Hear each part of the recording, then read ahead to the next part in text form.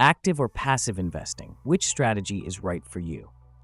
Hey everyone, welcome back to the channel. Today, we're tackling a hot topic in the investing world: active versus passive investing. We'll break down what each strategy means, the pros and cons of both, and help you decide which one fits your financial goals. Let's dive in. Let's start with active investing. This strategy involves buying and selling investments to outperform the market.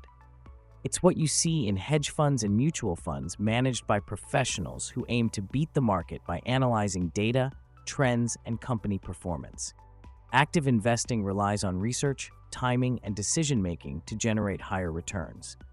While this sounds exciting, it's not as easy as it seems. Now, let's talk about the pros of active investing.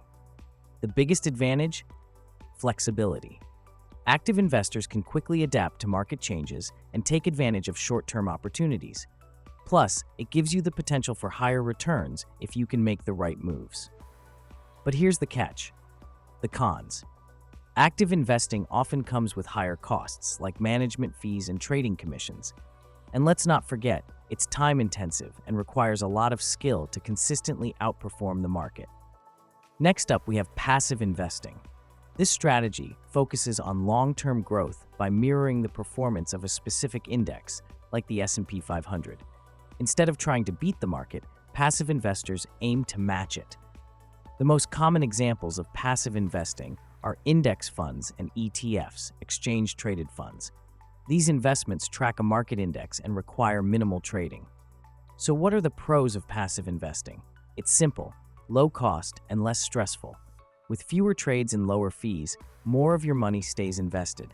Plus, historical data shows that passive strategies often outperform most active managers in the long run. The cons? Passive investing doesn't offer much flexibility. Since you're tracking an index, you won't benefit from short-term market swings or outperform the market. Now, the big question: which strategy is smarter for your money? It depends on your goals, risk tolerance, and the time you can dedicate to managing your investments. If you're looking for higher returns and don't mind spending time researching, active investing could be your choice. But if you prefer a hands-off approach with steady growth over time, passive investing might be the way to go. At the end of the day, there's no one-size-fits-all answer. Some investors even combine both strategies for a balanced portfolio. What's your approach? Active, passive, or a mix of both? Let me know in the comments below. Thanks for watching. Don't forget to like, subscribe, and hit the notification bell so you don't miss out on future videos. See you next time.